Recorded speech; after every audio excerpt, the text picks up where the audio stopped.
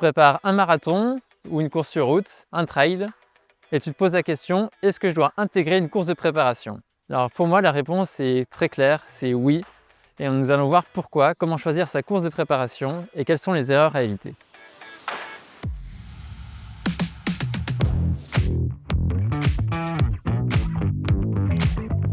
Tu as peut-être déjà vu d'autres vidéos ou d'autres applications qui ne recommandent pas ces courses de préparation. Pourquoi? Tout simplement parce qu'ils ne sont pas capables d'intégrer ces courses de préparation au sein même de leur application. Et nous, chez Notion Coach, on a la conviction depuis le tout début qu'intégrer ces courses de préparation est indispensable pour réussir son objectif. Et donc c'est pour ça que dès le début sur Notion Coach, tu peux intégrer ces courses de préparation, toutes les distances que tu veux, et on va voir juste après comment intégrer intelligemment ces courses de préparation. Pourquoi c'est indispensable de rajouter une course de préparation? C'est un test grandeur nature pour pouvoir tester ton allure le jour de la course, tester ton ravitaillement, ton matériel et également tester ton mental. L'avantage d'une course de préparation, c'est que ça casse la routine de l'entraînement et que ça te permet de gagner en confiance le jour de la course, notamment pour les personnes qui peuvent être un peu stressées la semaine avant une course ou le matin d'une course. Ça te permet de te rappeler ce que c'est que de faire une compétition. Et donc pour un marathon par exemple, je te recommande de faire un semi-marathon 3 à 6 semaines avant la course. Pourquoi 3 à 6 semaines? C'est que ça te laisse le temps de récupérer. Si tu n'as vraiment pas le choix, que tu trouves un semi-marathon juste 2 semaines avant, là par contre tu pourras le faire peut-être un petit peu en dedans, peut-être à l'allure du marathon. Mais quand tu as un semi-marathon qui est prévu 3 à 6 semaines avant, comme c'est le cas par exemple du semi-marathon de Paris, avant le marathon de Paris, tu as le temps de récupérer. Donc là tu peux faire ton semi-marathon à fond. Et peut-être qu'au passage, tu vas battre ton record personnel sur le semi-marathon et ça va forcément te permettre de gagner en confiance pour ton marathon. Donc c'est pour ça que moi, personnellement, quand je fais un semi-marathon en préparation d'un marathon, je le cours toujours à 100% de mes capacités. Donc c'est comme ça qu'avant le marathon de New York en 2019, j'ai battu mon record personnel sur semi-marathon 4 semaines avant. Pour récapituler, pour un marathon, la règle c'est un semi-marathon en course de préparation 3 à 6 semaines avant la course. Tu peux le faire à 100% de tes capacités. Pour un semi-marathon, tu peux réaliser un 10 km, pareil 3 à 6 semaines avant la course. Alors le 10 km est un peu plus court, tu récupères en général mieux. Donc là, tu peux te permettre de faire un 10 km même seulement 2 semaines avant ton semi-marathon. Donc là, c'est pareil, sur ce 10 km, tu peux le courir à 100% de tes capacités et tu pourras peut-être là aussi battre ton record personnel, puisque quand on travaille l'endurance, c'est aussi utile pour les distances inférieures. Pour le trail, c'est un petit peu plus compliqué que les courses sur route, parce que les trails, c'est encore beaucoup plus long, donc il y a plus de règles. Dans tous les cas, il faut essayer de bien récupérer. C'est des courses qui vont t'aider à atteindre ton objectif quelques semaines après. Et donc sur les trails courts, sur des trails de 20 km par exemple, tu peux faire des petits trails d'une dizaine, quinzaine de kilomètres en préparation. Ça pareil, tu peux le faire entre 3 et 6 semaines avant ta course. Sur des trails plus longs, donc 40 km, les courses de préparation, ça va être plutôt des 20, 25, 30 km. Prends le temps de récupérer, pareil 3 à 6 semaines avant la course, on va garder les mêmes règles que pour la route. Et pour les trails plus longs, donc trails de 80 km, on va là au contraire essayer d'anticiper un petit peu plus, puisque un trail de 80 km, si on fait une course de préparation, ce sera plutôt des trails de 40-50 km. Et là, il va falloir plutôt prendre 5 à 8 semaines avant pour avoir le temps de récupérer. Sur la stratégie, on peut les courir à 100% de ses capacités, ou alors on peut le prendre comme un entraînement, comme une sortie longue.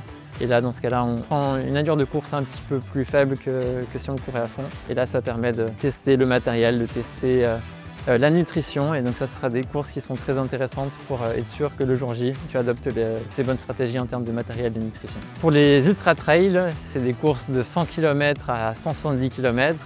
Et donc là, si on fait des courses 50 à 60% plus courts en préparation, il va falloir s'y prendre encore plus tôt.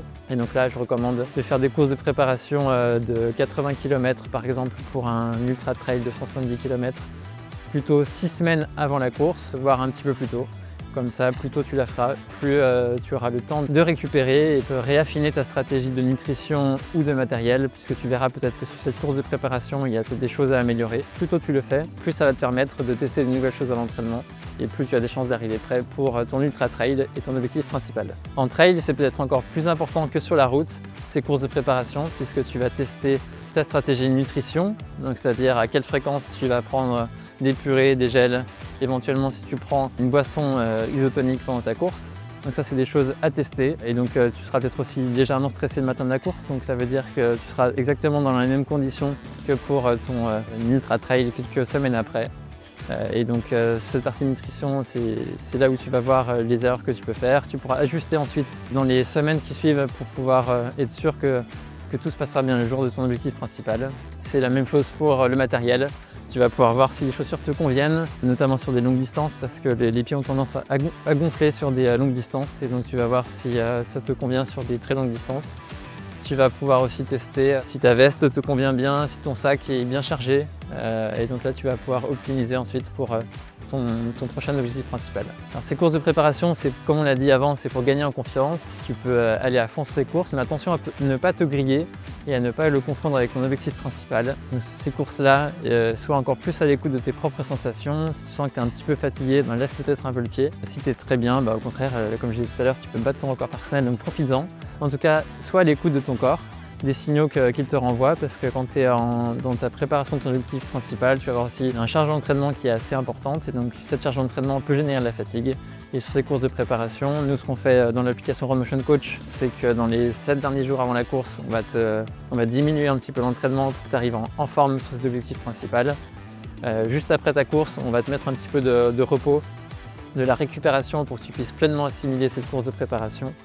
Et donc justement, sois à l'écoute de tes sensations pour que cette intégration se fasse le mieux possible. Je prends l'habitude sur ces courses principales d'ajouter des courses intermédiaires et donc sur mes marathons, j'intègre quasiment toujours un semi-marathon dans le cadre de ma préparation. La seule exception que j'ai faite, j'ai fait un 10 km 4 semaines avant le marathon de Londres. Pourquoi? Parce qu'à côté de chez moi, je n'avais pas de semi-marathon.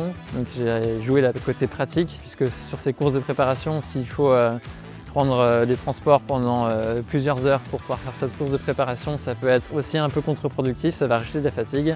Donc moi je me suis dit, tiens, j'ai vu une course près de chez moi, j'ai fait un 10 km et donc sur ce 10 km d'Aix-les-Bains, j'ai un petit peu trop donné, j'ai été à 100% de mes capacités. Sur cette phase de ma préparation où j'étais déjà sur une charge d'entraînement très importante, ça m'a rajouté un petit peu trop de fatigue et sur le marathon de Londres, ça a été pour moi un petit peu compliqué. Personnellement, j'aime beaucoup intégrer ces courses de préparation quand j'ai des objectifs principaux, car ça me permet de gagner en confiance. Ça dépend en fonction du type de course que je réalise, mais pour le marathon de New York par exemple, j'avais intégré un semi-marathon 4 semaines avant et sur ce semi-marathon j'avais battu mon record personnel en 1h08 et donc ça m'avait permis de gagner en confiance pour le marathon et ça m'a permis de voir aussi que l'état de forme était très bon puisque parfois quand on est en plein dans la charge d'entraînement, quand on fait des gros entraînements, on est un peu fatigué, on se dit est-ce que je progresse? Et donc pour moi sur ce semi-marathon, ça m'avait au contraire beaucoup surpris puisque j'ai battu mon record personnel et donc là je me suis dit tiens, finalement tout va bien.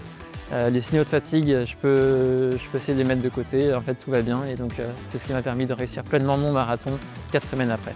Et à l'inverse, un autre marathon, c'est le marathon pour tous des JO de 2024 qui avait lieu début août et donc là j'avais pas de course à ma disposition dans les 6 semaines avant le marathon et donc là j'avais pas fait de course de préparation. Par contre j'avais intégré progressivement du dénivelé puisque sur ce marathon là il y avait plus de 450 mètres de dénivelé positif. Et donc ça, j'ai essayé de simuler le plus possible ce que j'aurais le jour de la course. Et donc j'ai rajouté du dénivelé positif tout au long de ma préparation. Et donc je savais qu'en faisant des sorties longues, en faisant des séances à allure spécifiques sur du terrain vallonné, que ça viendrait remplacer en quelque sorte ce test grandeur nature qui est la course de préparation.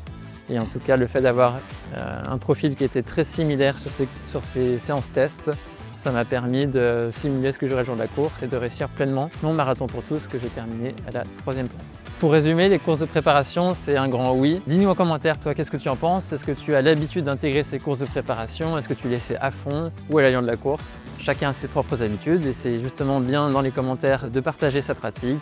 Ça va probablement aider aussi d'autres personnes à choisir la stratégie qui lui convient le mieux. J'espère que cette vidéo te sera utile pour les prochaines courses et je te souhaite une très bonne prépa. À bientôt!